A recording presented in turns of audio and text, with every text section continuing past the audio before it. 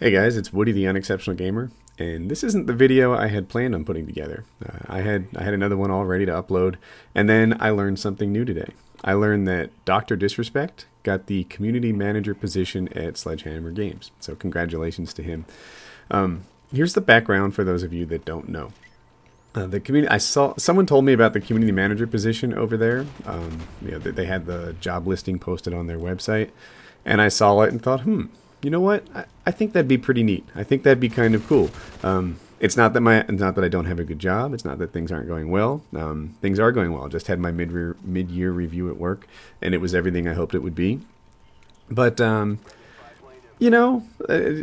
have this.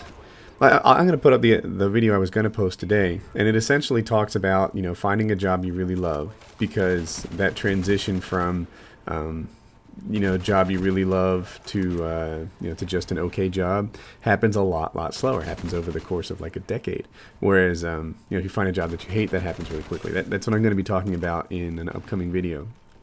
But I had this notion, like, you know what? Maybe you could reboot that process. Maybe you could switch it. If you have, kind of a mid-career change of pace, then you could go back to something you love, something that you have a passion for, and start over again. Maybe, if I got a job in the gaming industry, it would be another, 10, 15 years before it changed from something, oh my God, this is so awesome, I can't believe they let me do it, to, oh, this is just what I do for a living status, right? Reboot that. Go to something really cool. So that was the line of thinking. And what actually happened was this. By the time I sent them my resume, they had sort of stopped looking at incoming resumes because they were already in the process of interviewing the resumes they've received already. And I can assume, and I think I know, that Dr. Disrespect was one of those guys that got his resume in faster than I did, got to the interview process, and they were already talking to him by the time I just first emailed my resume. And then what happened was this, and this was probably kind of a mistake. I gave them a little time to respond to my resume, and then I used industry contacts that I had in an effort to get some attention from them. And then when that didn't work, I used Twitter. And that's why everybody knows that I applied for the community manager position. So the Twitter thing, by the way, was amazing. By and large, I feel like, I produce content and I hope that you like it. And I don't ask for a whole lot in return. And this might be a good time to put that like animation on the screen. But it's kind of a one-way street. And every now and again, I ask you guys for help with something. Every now and again, I say, hey, this is what's going on.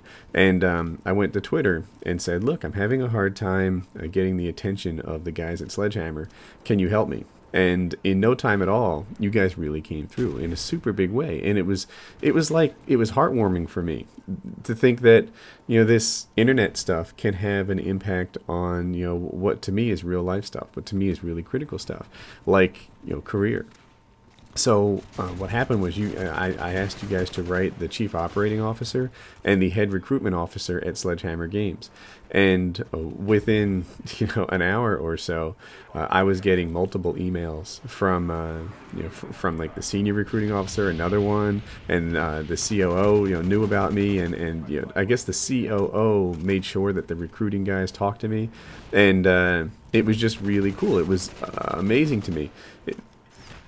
I'm out of words for this, but it's not often that something on the internet that happens that can alter the life, that can impact real life, the daily stuff, and you guys made that happen, and it was really, really cool. It turns out, I was a little slow to the punch, I guess, and Dr. Disrespect wasn't. So, he was already talking to these guys when I was still trying to get their attention, and he got the job. So, my initial reaction to this was, internally, oh, it doesn't matter. I have a good job. I didn't want that job anyway.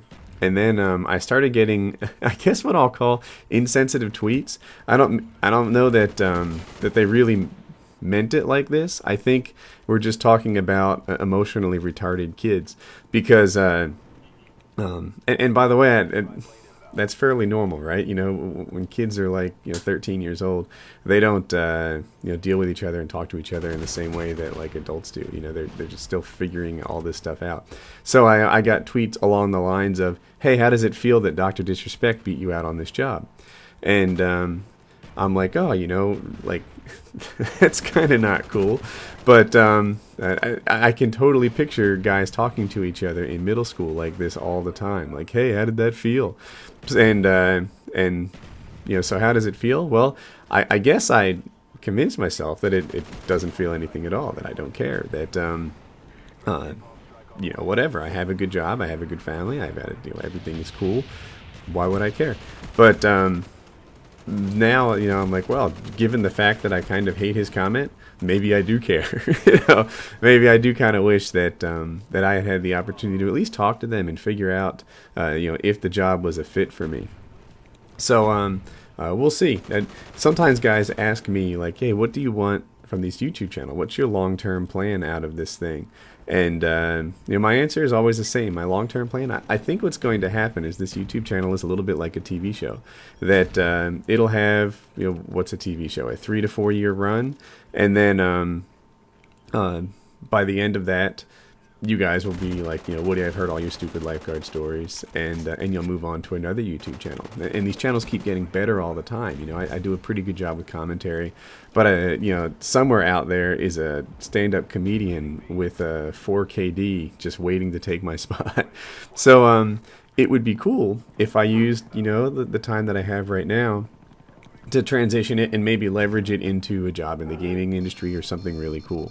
And maybe that will still happen, but it didn't happen, with this time. So, how do we wrap this up? Well, congratulations to Dr. Disrespect. I wish you the best of luck. I hope that you get a bug-free game and everyone loves you and praises you for, for the next year, and it makes your job easy. I really, I hope that you get that. So that's that. Maybe when the next opportunity rolls around, I'll throw my hat in the ring again, and if I do it on time, maybe it'll work out better this time around. So that about sums up how it went. Dr. Disrespect got the job. I think that he'll do it pretty well. I think that a YouTube commentator is sort of a better yet, we'll say, I think the YouTube community is a breeding ground to make, to prepare people for certain kinds of jobs. And, one of those jobs would be community manager. Dr. Disrespect, I'm sure, has had to, manage a community, manage, his brand, the Dr. Disrespect brand already. And it makes him uniquely qualified for this role. So I think that, they probably made a good choice in hiring somebody like Dr. Disrespect for this job. I bet that he'll, shrug off the hard times because he's experienced with it, and enjoy the good times, and just know how to sell his message and say what needs to be said to keep everyone interested. And yeah, so they probably made a good hiring choice. I predict that he does a pretty good job, or a really good job, I should say. So I hope that Dr. Disrespect is the kind of community manager that I aspired to be.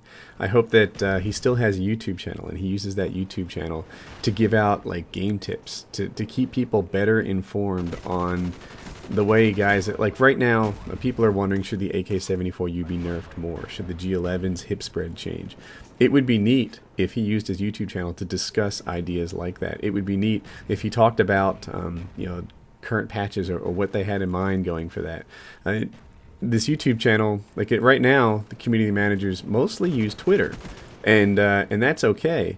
But I think it pales in comparison to what you can do with a YouTube channel. Put your face on the screen, tell us what's going on with the game, with the company, with the advancement. Take this to the next level. That's what I would have done, and I'd like to see you do that too. So best of luck to you, Dr. Disrespect, and I hope you guys enjoyed the video.